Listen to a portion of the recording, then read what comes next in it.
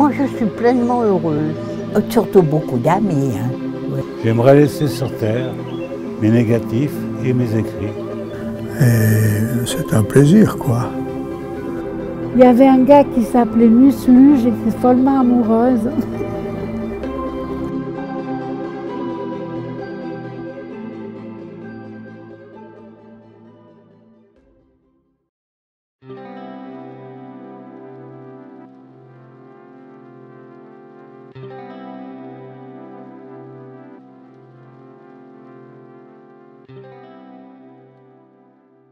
Nous étions tailleurs. Mon mari a fait la maîtrise tailleur dames, messieurs. Mon mari recevait les clients sur commande, rendez-vous, prenait les mesures. Et après, il fallait couper, choisir le tissu et couper. On a une immense table. Et puis après, moi, je devais passer les points tailleurs. Moi, j'aimais assez, c'était les finitions. Quand le costume était fait, il fallait rabattre la doublure, défaufiler. Ah, ça, j'aimais bien. Hein, chouchou? C'est du boulot, ça. Oh, tu peux y aller, tu m'as bien appris, hein?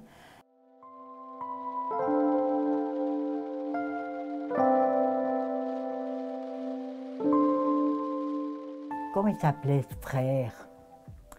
Tu sais, il arrive le lundi matin, j'ai ma fille qui est morte, et puis les enterrements, c'est mardi ou mercredi.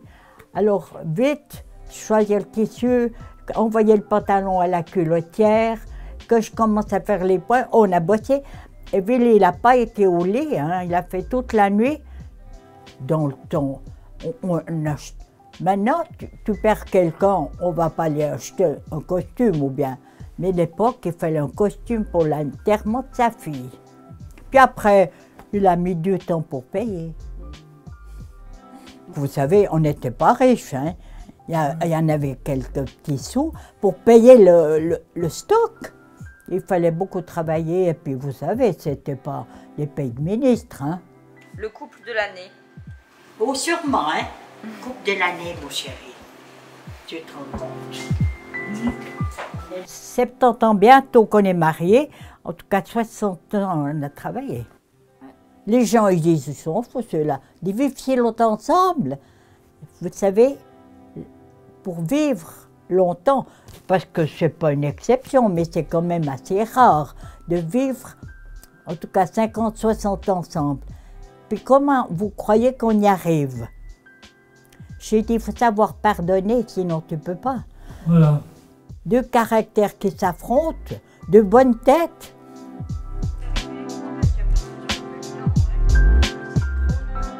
Et t'as vu comme il est beau, c'est Patricia qui a voulu. Comment pas? Pour la photo. Ouais. Alors Heidi, vous voyez qui c'est Heidi? L'autre jour, elle me dit, Madame Burga, vous voulez pas, il y a Madame X qui est décédée, il y a la chambre, vous voulez pas venir?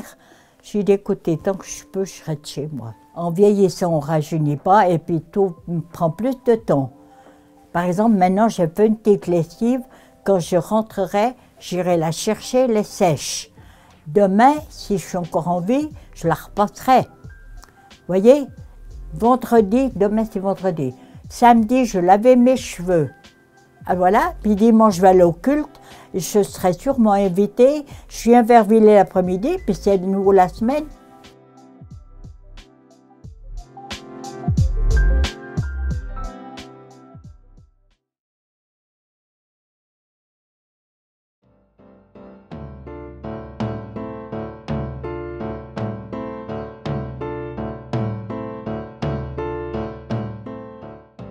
À 25 ans, j'étais déjà décidé à annoncer l'Évangile, pas en Europe, mais à l'étranger. Le Cameroun, c'était notre église en Suisse, qui tout à coup s'était réveillée à l'idée missionnaire. Alors, c'était le moment où moi je cherchais mon chemin, ou plutôt les frères me proposaient. Ils me disent, mais toi tu parles français, enfin, celui qui était anglophone 5 sur 5, un vrai Suisse allemand, il m'a dit, mais toi tu dois aller là-bas. Bon, ben, j'ai été là-bas. Je voulais être servir Dieu. Donc j'ai fait un séjour au Cameroun de... Qu'est-ce que c'était? C'était plusieurs années. C'est l'intervention des anti-missionnaires, c'est-à-dire des non-chrétiens, quoi, qui a fait que j'ai quitté le Cameroun définitivement. Alors j'ai jamais su qui a tiré, mais il y a quelqu'un qui a tiré, quoi. 2 balles, je pense. J'aurais pu y passer, hein, parce que c'était là.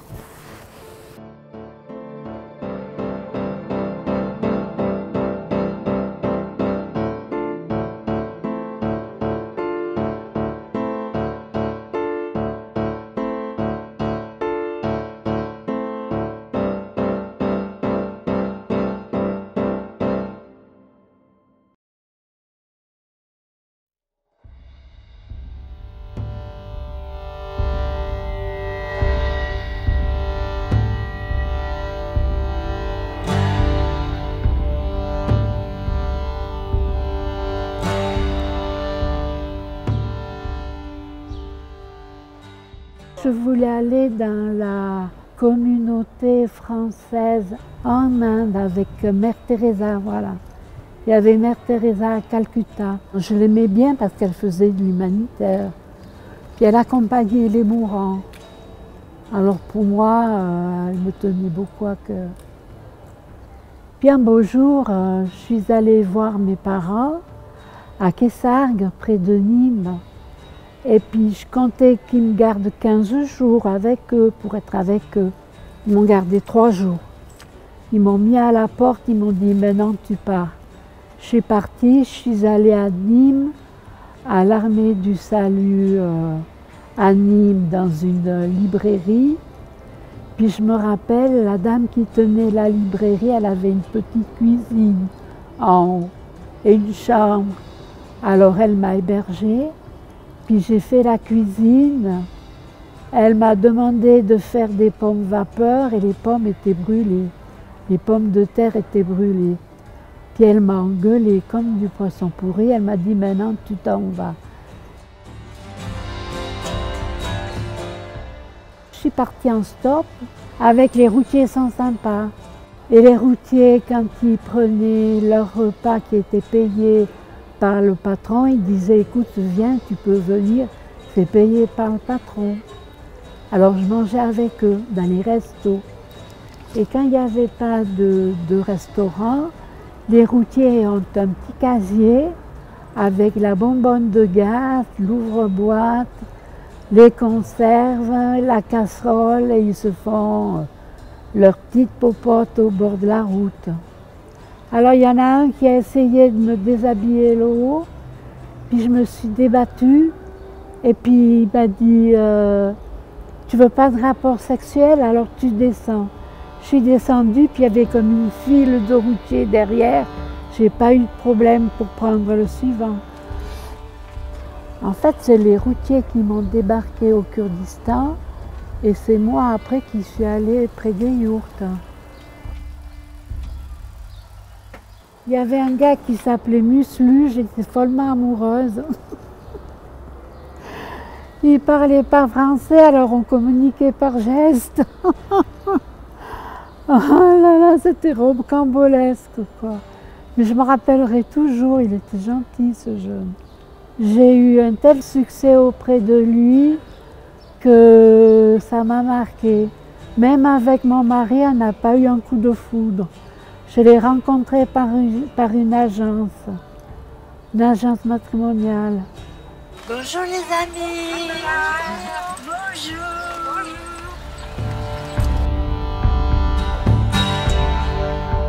Mais j'ai vu le mont Ararat le soir au coucher de soleil.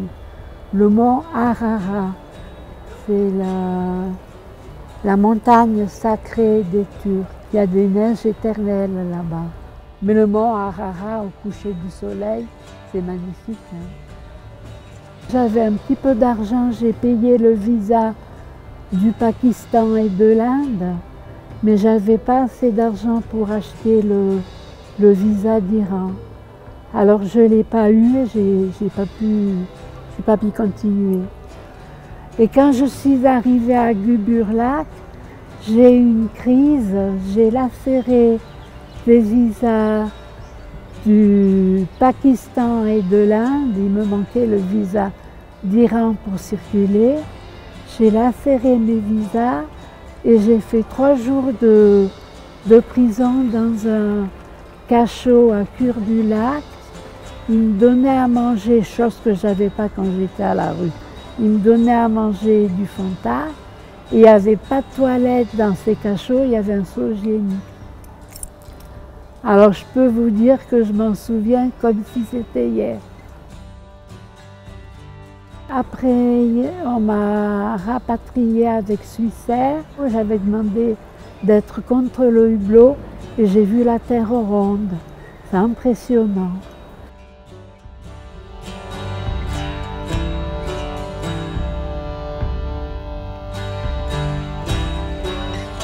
Alors le triporteur, il nous amène à la Perle du Lac, au jardin botanique, puis on rentre par le bord du lac, donc on voit les cygnes, les canards, puis la dame qui pédale, elle est très gentille. Elle a de ses mollets comme ça. Je dis, vous avez de beaux mollets. Elle me dit, oui, je pédale.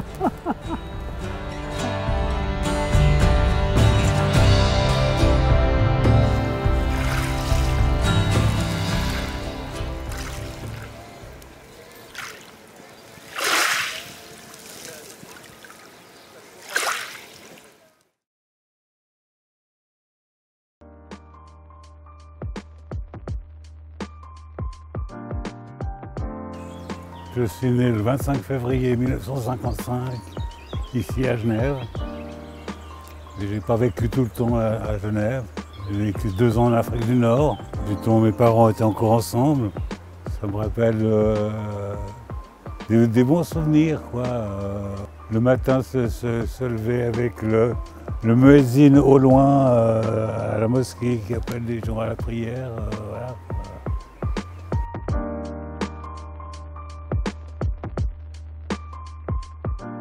J'aime la nature et je pense qu'on a besoin justement de retour à la nature pour apprendre l'humilité.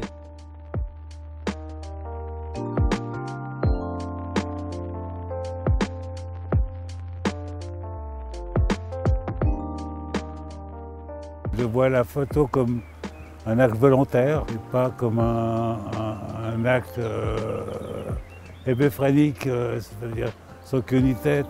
On ne fait pas une photo comme ça, elle ne vous est pas donnée tout de suite, quoi. Il y a des fois, ça vaut la peine d'attendre 30 secondes de plus pour qu'une scène se passe. En baladant, il y a quelques années déjà en arrière, je suis tombé sur un chêne. J'ai des idées de le faire du même angle, toutes les années, à une saison différente.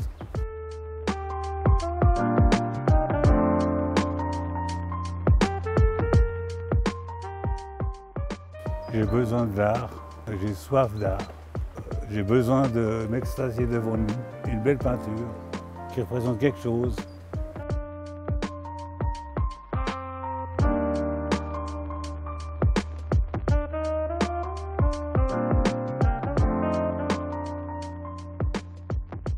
Je préfère le petit train qui tourne autour des 30 km/h, etc., et qui s'arrête un peu partout, parce que partout où on va, et en Suisse il y en a beaucoup, c'est fabuleux le chemin qu'on peut faire avec ce genre de moyens de locomotion, et on voit du paysage.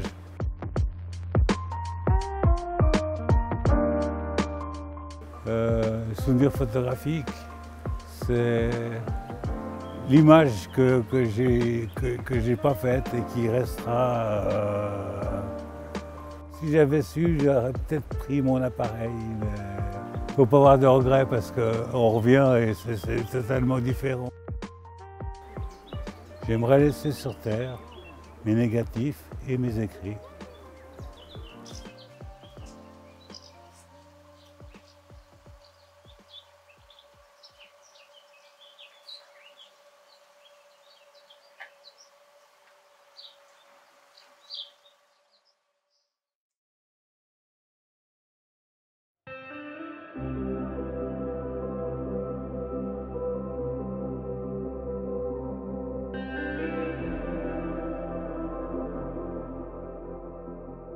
Je suis née en Tunisie, j'ai vécu en Algérie, ensuite nous sommes venus sur la Bretagne, du côté de la Pointe du Raz, à Audierne très exactement, et ensuite on est venu sur Paris, où j'ai connu mon époux.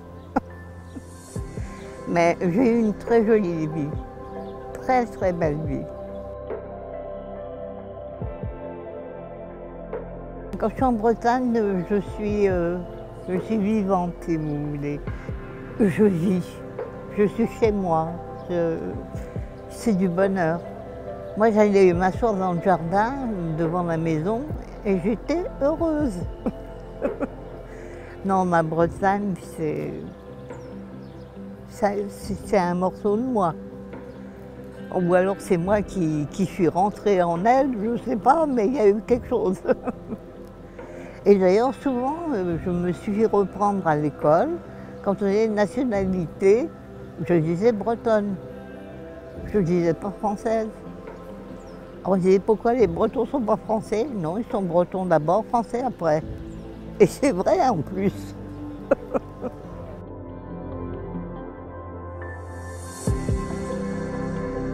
Moi, s'il y avait quelque chose à faire qu'il ne fallait pas faire, je sautais à pieds joints dessus. Mais je crois que je n'ai pas beaucoup changé en vieillissant. Je faisais ce que j'avais envie. Et je préférais m'accompagner des garçons que des filles. Les filles, ça pleure tout le temps, ça a toujours « Aïe, tu me fais mal ». Qu'un garçon, non. Et j'étais plus un garçon manqué qu'une fille, en fait. Alors ma mère disait, si vous la cherchez, cherchez-la chez les garçons, hein, pas chez les filles. Les garçons aimaient bien quand je viens, que je n'avais que parce qu'ils me bousculaient, je disais rien. Ou alors je me retournais, puis bling, j'envoyais un grand coup. Et je vivais un peu à la manière d'un garçon plutôt qu'autre chose. Je préférais ça. Les filles, comme ils disaient les garçons, les filles c'est des gnagnasses. Et ça, je ne pouvais pas supporter. Alors je préférais être de leur côté à eux et faire des bêtises, évidemment. On allait déplacer des choses chez les grands-mères parce qu'elles les avaient mises là, puis nous on les mettait de l'autre côté. On faisait des petites farces, quoi. Pas méchantes, mais qui embêtaient les autres, évidemment. Et on partait, on était contents de nous. Ma mère, moins. Je faisais des trucs que ma mère n'aurait même pas pensé que je pense à aller faire ça, parce que des fois elle disait « Mais c'est les garçons qui font ça, Josette ». Eh ben oui, ça n'a pas été foutu sur un garçon, alors je fais comme les garçons, voilà, c'est tout. Alors elle disait à mon père « Non mais c'est pas vrai, heureusement que la deuxième ne lui ressemble pas. » Et mon père, ça le faisait rire. J'étais spontanée et c'est après que je réfléchissais. Alors je disais, t'aurais pas dû faire ça, ma vieille, hein, mais voilà. Si tu es grondée, ben, tant pis pour toi, quoi. Hein. Mais je le faisais quand même. Les filles, c'était, on bouge pas, on fait attention à sa jupe, c'était effrayant. C'était très rigide. Et puis après, ça s'est quand même un peu élargi dans l'esprit des gens et on s'apercevait que les filles pouvaient vivre un peu à la façon d'un garçon, mais en restant quand même une fille avec tout ce qu'elle possède, quoi. La femme devait se taire tout le temps. C'est terrible, ça, parce qu'elle a quand même son mot à dire. Alors, des fois, je disais à mes copains, je disais, mais bon sang, on est peut-être des filles, mais on réfléchit quand même. Alors, ils disaient, oh oui, mais on est les filles, hein. Et ça m'énervait. Moi, ça me fichait dans des rages pas possibles. Les jeunes que j'ai pu connaître, c'était quand même... ils faisaient vraiment ce qu'ils avaient envie de faire, en faisant attention de faire des choses quand même potables et raisonnables. Les copains de ma fille qui venaient à la maison, on discutait souvent. Des fois, je plantais ce que je faisais et puis je venais discuter avec eux. Et j'arrivais à donner mon opinion, des fois en disant, voilà, moi je suis vieille à côté de vous, bien sûr, mais je vois les choses comme ça. Alors on disait, ah ben on va y réfléchir ce soir. Et ils revenaient dans ma pour me dire on a réfléchi. Et bien souvent, ils arrivaient à écouter ce que je leur disais. Si vous voulez, pour moi, c'était des futurs hommes. Donc je voyais ça avant toute chose. Ils disaient, s'ils ne sont pas avec des idées saines comme il faut, ils sont foutus parce qu'ils vont faire que des bêtises. Mais c'était super dans le fond, parce qu'ils se libéraient et ils arrivaient à dire ce qu'ils voulaient. Qu'à la maison, ils n'osaient pas. Des fois, je disais, pourquoi tu ne dis pas ça avec ta maman? Je disais, mais elle ne va rien comprendre.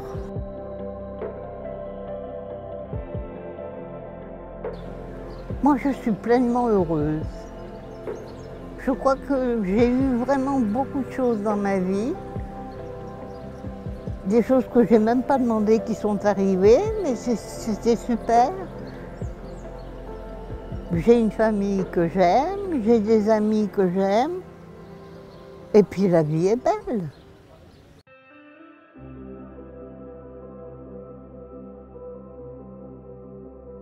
Et voilà.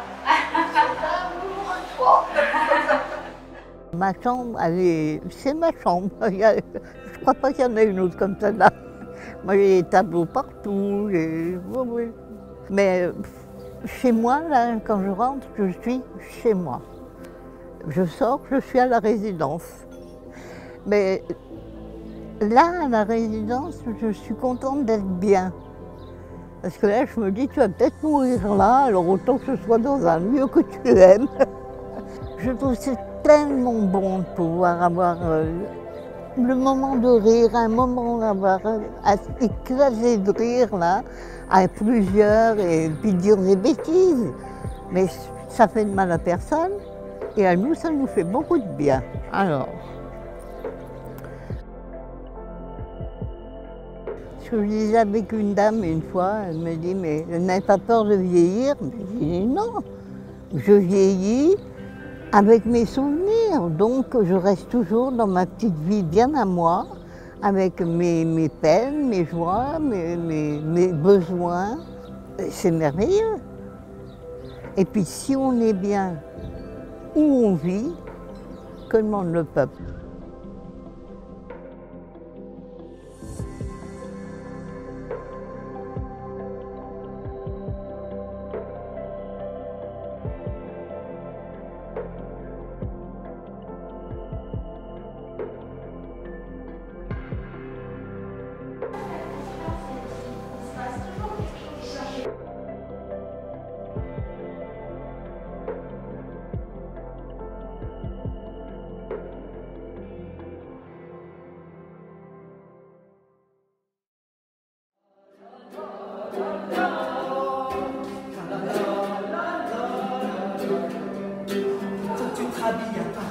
Tiens, attends, ça descend. Attends. Tu peux pas rester en culotte dans les couloirs. Venez voir les folages dans le couloir, qui se déshabillent, qui se rhabillent, qui se prêtent les culottes. Non mais je vous assure, vous êtes en train de tout rater, venez seulement. Regardez, oh elle est belle. Un joli. Parce qu'on lui a prêté les robes.